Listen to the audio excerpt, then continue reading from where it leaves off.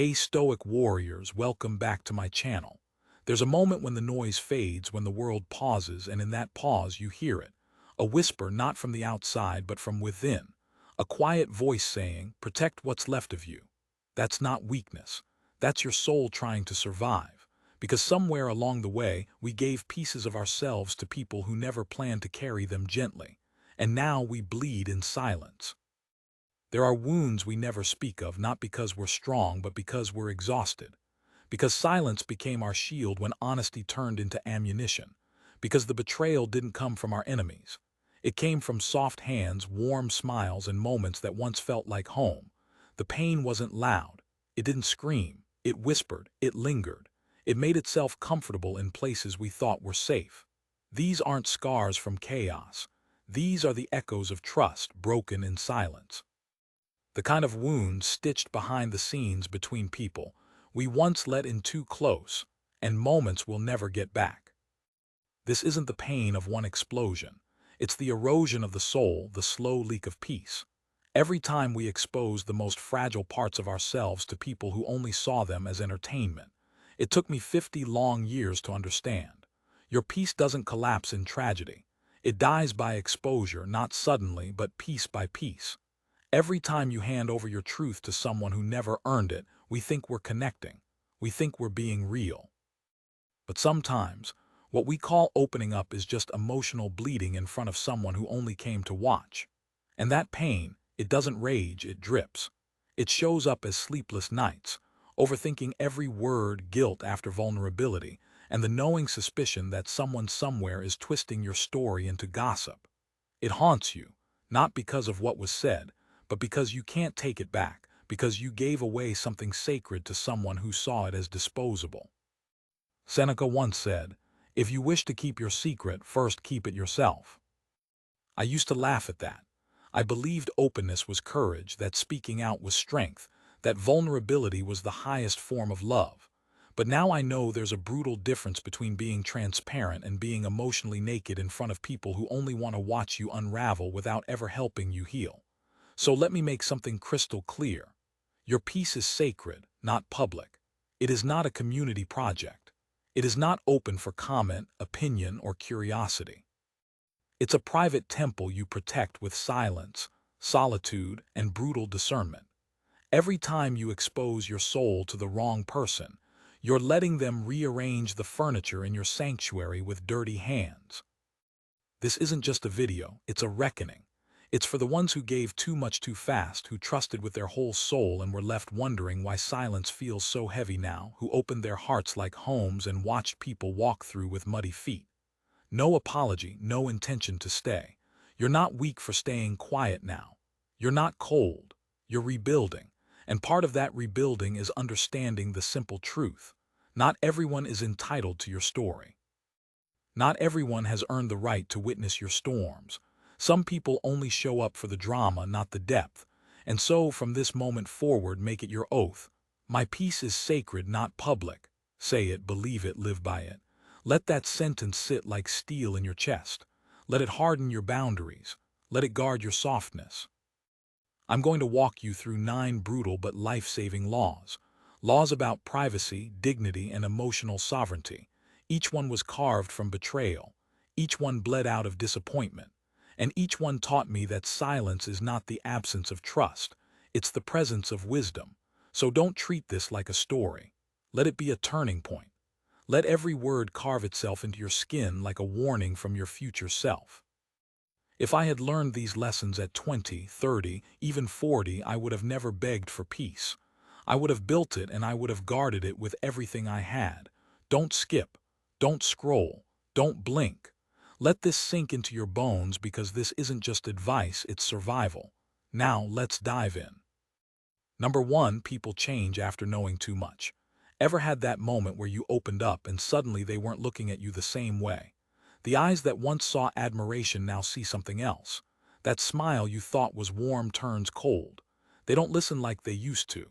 Instead of support, there's something strange, something distant in the air. It's like they were rooting for you, but now they're just watching you, waiting for you to slip.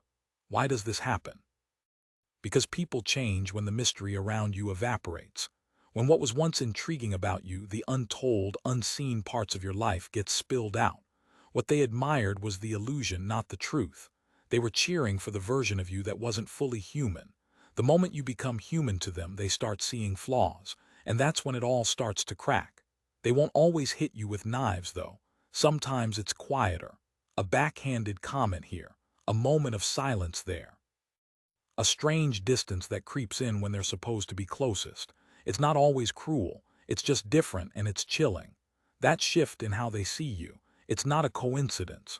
People change when they learn too much. When they see the real fight you're facing inside instead of the calm face you've learned to show. There's something primal about this, something that cuts deep. The moment they know too much, they lose the reverence they once had. It's like they've uncovered the magic trick, and now all they see is the hands that were pulling the strings. Here's the kicker. The moment you overshare, you lose your power. You scatter your energy into the wrong hands. You expose yourself to those who never earned the right to see your soul. You invite judgment from people who were never meant to understand your struggles. When you reveal too much, they'll never look at you the same again. Remember what Epictetus said. Be careful to leave your children well instructed rather than rich, for the hopes of the instructed are better than the wealth of the ignorant. That's you. Don't let your words drain your strength. Don't hand over the essence of your being to someone who won't protect it like it's sacred. Let your silence be louder than your confessions. Let them feel your power without ever fully knowing the story. Teach them your strength, your character, not your pain. Because when they don't know your full story, they can't twist it. They can't weaponize what they never had the right to hold. Guard your narrative. Control your silence. Share your soul only with those who truly understand its worth. Those who truly love you, they don't need the full story. They respect the soul beneath it, and that's all that matters.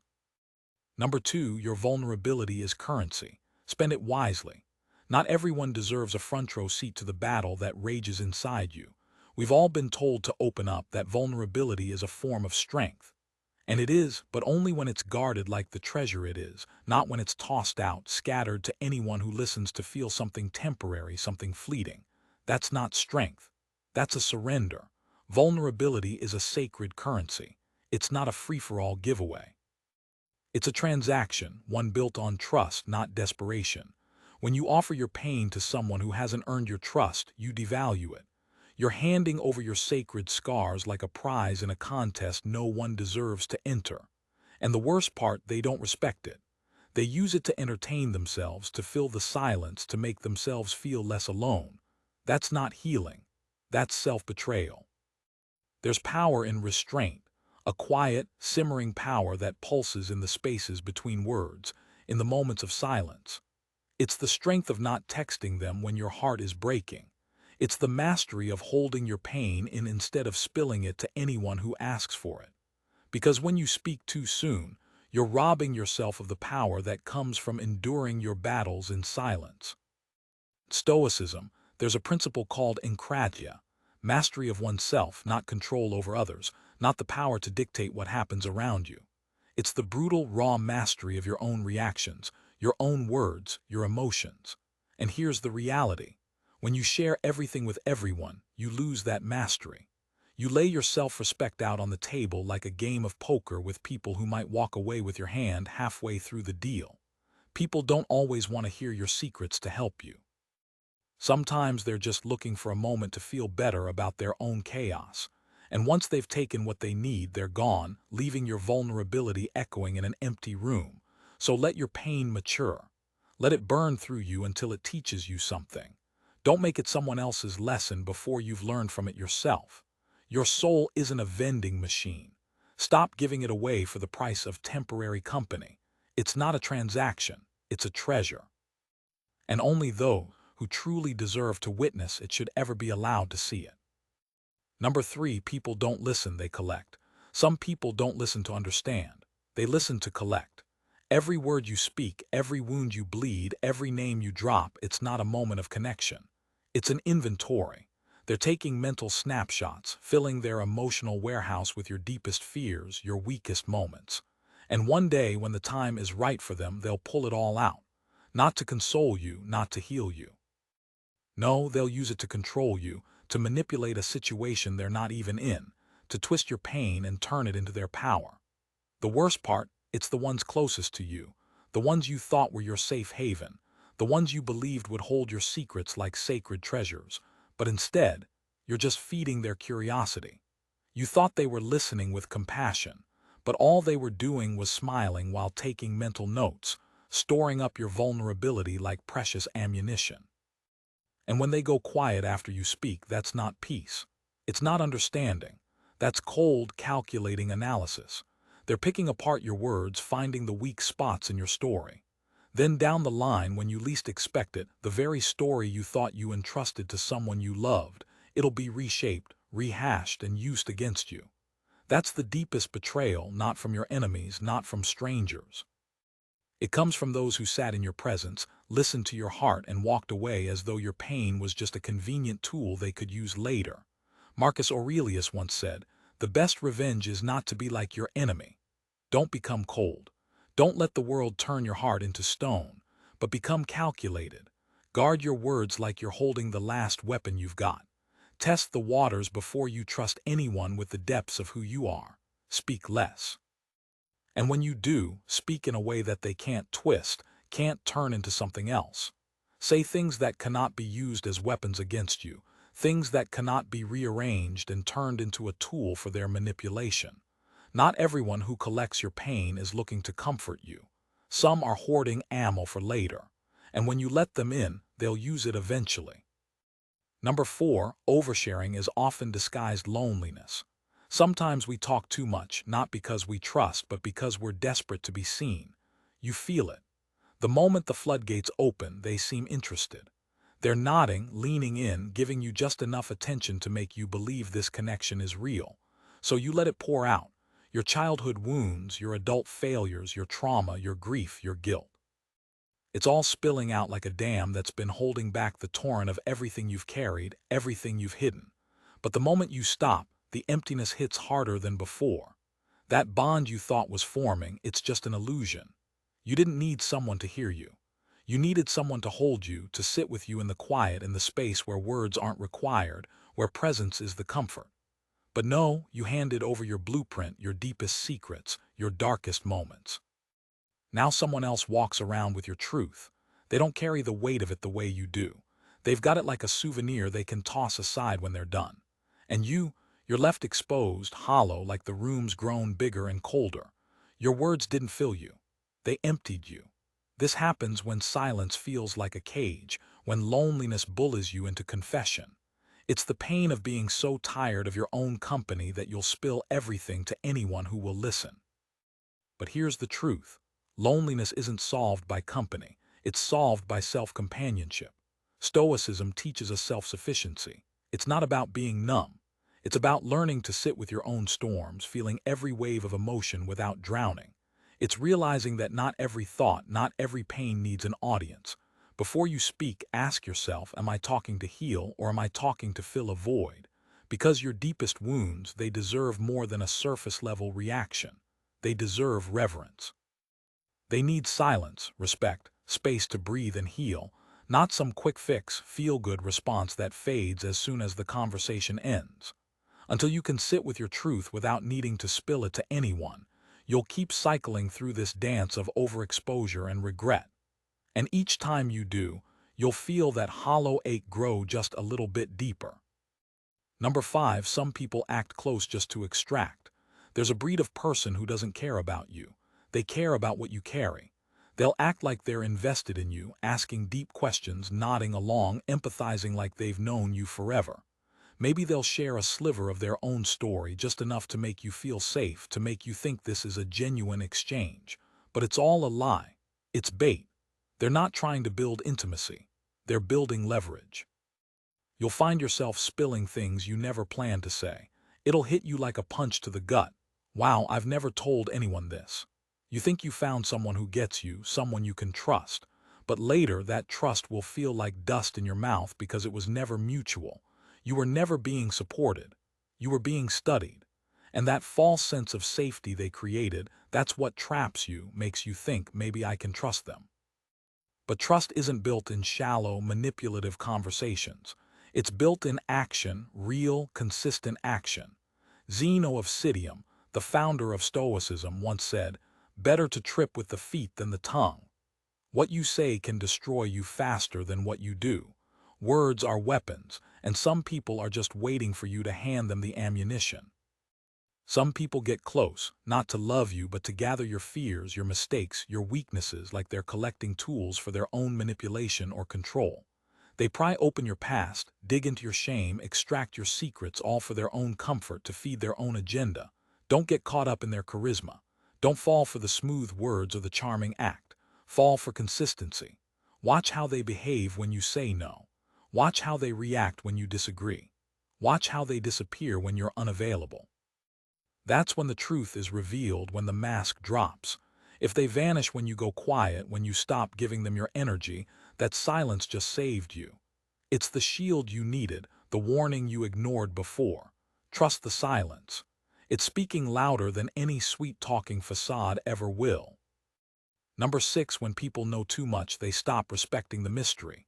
You lose your power the moment they know everything. In the beginning, people are drawn to the mystery of you. They're curious, fascinated, almost enchanted by the quiet confidence you exude.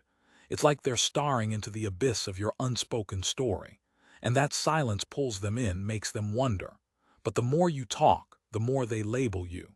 They don't respect you for your silence anymore.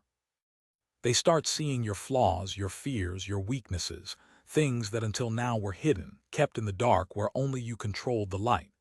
You go from being a mystery to being an open book.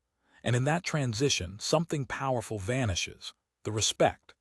They'll start finishing your sentences, predicting your moves like they've cracked the code, laughing at your dreams, mocking what once seemed invincible. And the worst is when they stop seeing you as someone powerful because you've taken away the very thing that gave you that power, the silence, that ability to keep them guessing, to keep them wondering, to leave them wanting more. Seneca said, "Speech is silver, silence is golden." The more you stay golden, the more you make your presence felt without ever saying a word. You don't owe your past to anyone who asks. You don't need to open up every dark corner just because someone's curious, just because they want to get in. Your story is not entertainment, it's sacred. When you hold parts of yourself back, when you don't spill every detail for the sake of conversation, you protect the mystery. You guard the power that makes people respect you. And you protect something even more important: your peace. Because when people can't fully define you, when they can't put you in a neat little box, they can't control you. Stay quiet. Let your presence speak. Let your progress be felt without explanation. Your story doesn't need to be narrated. It's lived. And that's where the real respect lies, in the mystery that no one can touch. Number 7, most people talk to respond, not to understand. You think they're listening, but they're not. They're just waiting for their turn. They nod, they smile, they say, "That's crazy." But their mind is already miles away, rehearsing their next line. They're not absorbing your pain, they're calculating their comeback. And when they finally speak, it's not comfort, it's comparison. You tell them you're hurting, and they jump into their own story as if your struggle is just a segue into their misery. You say you're struggling, feeling crushed beneath the weight of it all, and they fire back with, "You think that's bad? Let me tell you about what I went through." Suddenly, it's not about you anymore. It becomes a competition of whose wounds are deeper, whose pain is more unbearable. It becomes a sick game of one-upmanship. And you walk in seeking empathy, but you leave with exhaustion, feeling more empty than when you arrived. Stoicism warns us against this illusion of connection. Epictetus said, "We have 2 ears and 1 mouth so that we can listen twice as much as we speak." But here's the thing: today's world has flipped it. People speak twice as much and listen only to be heard. Their ears are closed, their mouths are wide open, and that's where you need to draw the line. Don't spill sacred pain into shallow ears. Don't waste your soul on those who won't even give you their full attention. Test their patience. Test their silence. If they can't handle your pause, the gap between your words, they don't deserve your truth. You're not a story to be skimmed. You're a soul to be honored. And if they can't handle the weight of your words, if they can't sit in the discomfort with you, Then keep your truth to yourself, because not everyone who hears you is listening, and not everyone who listens deserves to hear. Number 8, your peace is more powerful than their opinion. Every time you overshare, you open the floodgates, and what comes rushing in isn't understanding. It's a tsunami of opinions drowning you with their noise, their judgments, their advice that comes wrapped in the misery of their own unhealed wounds. These opinions aren't just opinions. They're chains, heavy, suffocating chains that wrap themselves around your thoughts, your decisions, your very being. The moment you let their voices enter, you start to question your every move. You start second-guessing your pace, your dreams, the fire that burns deep in your soul. You'll be lost in the echo of their voices, each one telling you what they think is best, as if they know you, as if they've ever felt your pain. They'll tell you, "I wouldn't do that if I were you." And for a moment, you'll feel your fire flicker. For a moment, you'll think, maybe I'm wrong, maybe they're right. But Marcus Aurelius said it best. If you seek tranquility, do less. Or more accurately, do what's essential. And what is essential? It's your peace, your unwavering, unshakable peace, not the approval of people who don't even know the truth of your journey, not the opinions of those who haven't seen the darkness you've clawed through to reach where you are. They don't understand your struggle, and they certainly don't understand your sacrifice. Stop explaining yourself to the wrong people. Stop seeking approval from the half-listening, the shallow-minded, the ones who can't see your vision. You owe them nothing. Your truth is sacred, and they don't deserve to rewrite it with their doubts. Some battles, some scars, they're not meant to be shared. Some transformations are forged in the darkness where no one can interrupt your metamorphosis. In the quiet, in the solitude, you become unbreakable. And every time you hand your truth to the wrong person, you gamble your peace, your sanity, your power for their pity. You offer them your soul, only for them to toss it aside, leaving you hollow, exposed like a cracked vessel. This is not your path. Stop bargaining with your peace. Stop letting others carve into your soul with their hollow advice. Stop shrinking your power for the comfort of others. Hold your journey close, too close for anyone else to touch. Let your peace become the fire that burns through their confusion, their noise, and their judgments. Let your silence become the storm that consumes everything they think they know about you. When you protect your peace, you protect your soul. You become the tornado that no one can control. Your peace is the weapon that will break their chains and leave them shaking in the wake of your transformation. They can never take what you refuse to give. Number 9, the deepest connections don't need explanation. When it's real, you don't have to say a word. Some souls just understand. They don't need to hear the chapters of your life spilled onto the table. They don't need a narrative of your suffering to know the weight you carry. Your silence speaks louder than your voice ever could. And in those moments, there's no need for justification, no need for validation.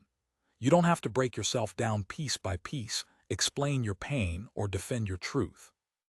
They get it. The way your eyes speak a language the world doesn't know. The way your energy shifts and your heart breaks and they see it. They don't just hear your words, they feel your soul. This kind of connection, it's not for everyone. Most people can't handle it. They're not built for the weight of who you are. Most can't hold the depth, can't carry the gravity of your silence, your pain, your strength. But when you find someone who can, it changes everything.